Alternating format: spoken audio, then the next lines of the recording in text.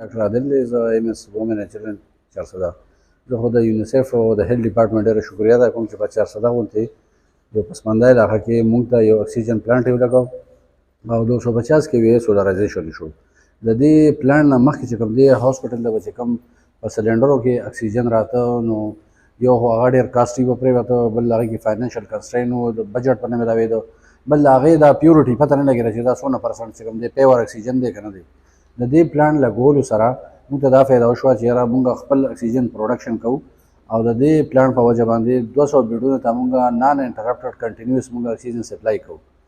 او بل دا چې یونیسیف په تعاون سره موږ دا په دې باندې 200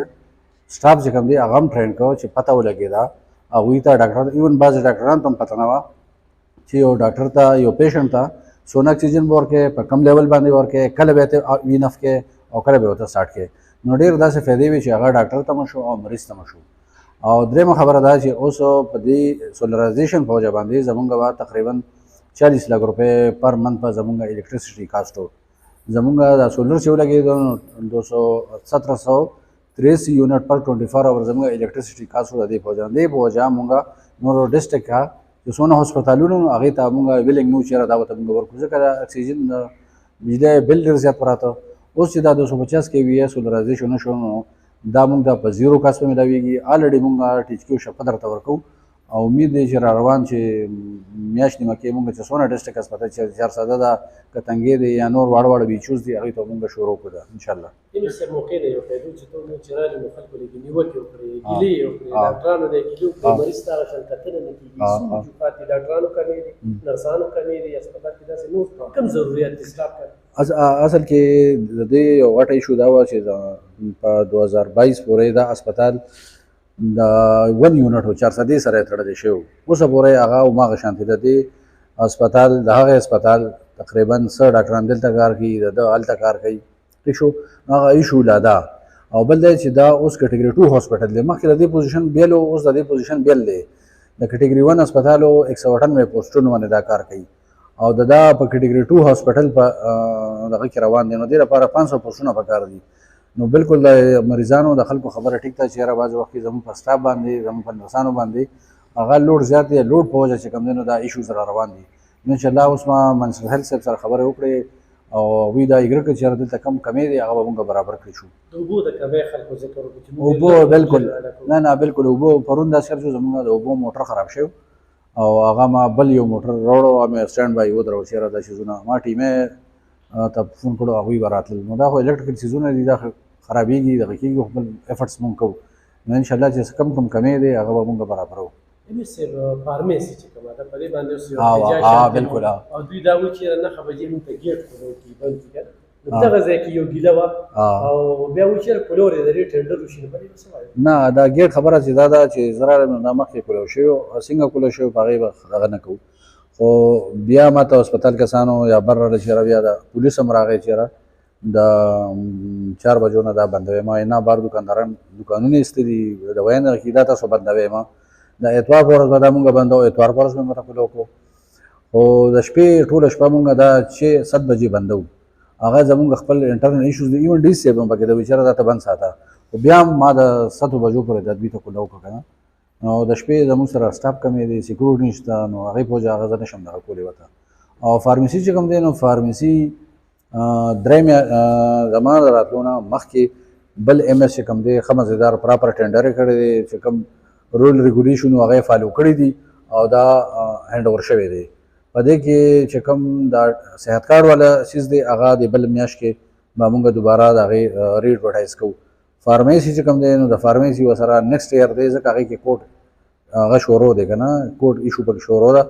او کوټ والا اجازت ورکړی چې یاره دا نیکسټ ټایم والا ورکړی دی.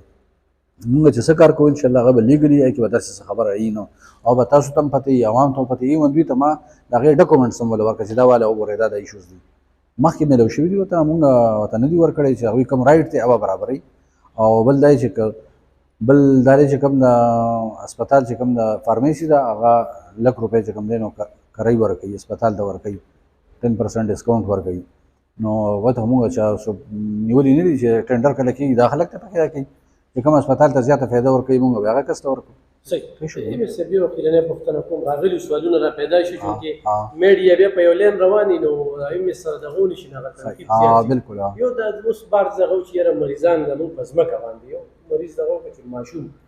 لکه بیډ دغه نشته یا د شیشو څه داسې کمی شته نه نه داسې دا چې دا پرون زمونږ 105 اډمیشن شوي دي 105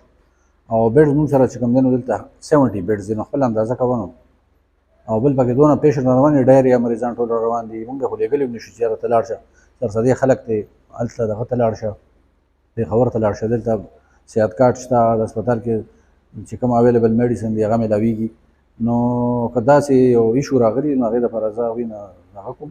چې را خفه کېږم ځکه چې مریضان دونه زیات دي تاسو خپله که چکر ولګوئ تاسو ته پته ولګي دا ډایریا دغه شوی دی او میزل موږ سره میزل یو واړ دی ما ورته اوس بل واړ هم جوړ کړ چونکې میزل داسې یو وبا شروع شوې ده چې هغه مونږ بره 2 چمبر هغې ته مونږ دغه کړي دي ورته که نه هغې دپاره لږ خلکو نه هم هیلې وې چې یاره تاسو په ټایم باندې ویکسینیشن کوئ د خلکو خبرو کې مه راځئ نو دا ایشوز به نه راځي صحیح او خلکو ته دا یو ډاکټر صاحب ته وویل چې په کوم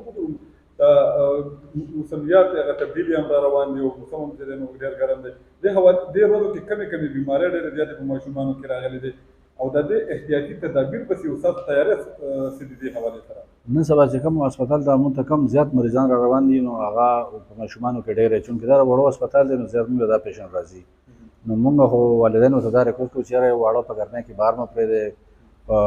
بند شیشو گاډو کې مه کېنوئ بازاري خوراکونه مه ورکوئ ټیک شو اوارس اوبو سایهدار لاندې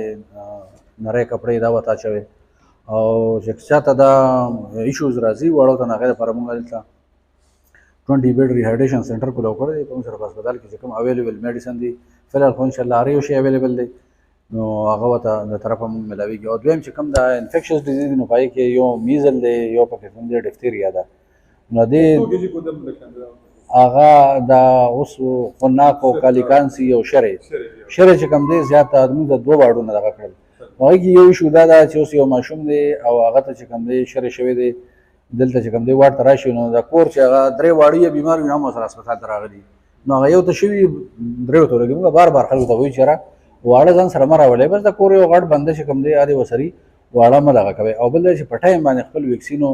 په هسپتال کې زموږ ویکسینیشن ښه مضبوط سنټر شته چارسدي هسپتال کې هم شته په ډیچکیو لیول باندې ډیچو لیول باندې هم شته نو تاسو کوشش دا وکړئ چې ویکسین چې کوم دی نو دغه په ټایم باندې لګوئ درېیم د ډفتیریا ورته وایي چې یاره په خولې کې یو جلی غوندې پیدا شي پرې ټانسلو باندې ډېر زیات خطرناک شی دی مخ ورځو کې څه دغه کې راغلي وو په صدریاب کې یو علاقه وه هغې کې 4-5 کیسونه دغه شوي وو چې هغه ما ډیچو سره رابطه وکړه او هغوی سره مې ډسکس ونه هغوی چې یاره دا زیات هغه خلک وو چې چا ریفیوزل کړی و چې چا ټیکې نه یې والی نو دوی خلکو ته دا یو ریکوست دی چې یاره مهرباني وکړئ تاسو دا ویکسین چې کوم دی په ټایم باندې واخلئ پیسې هم پرې نه لګي هر ځای کې اویلیبل هم دي نو تاسو به د ډېر تکلیفاتو نه خدای پاک بچ کوي او دغه کېږي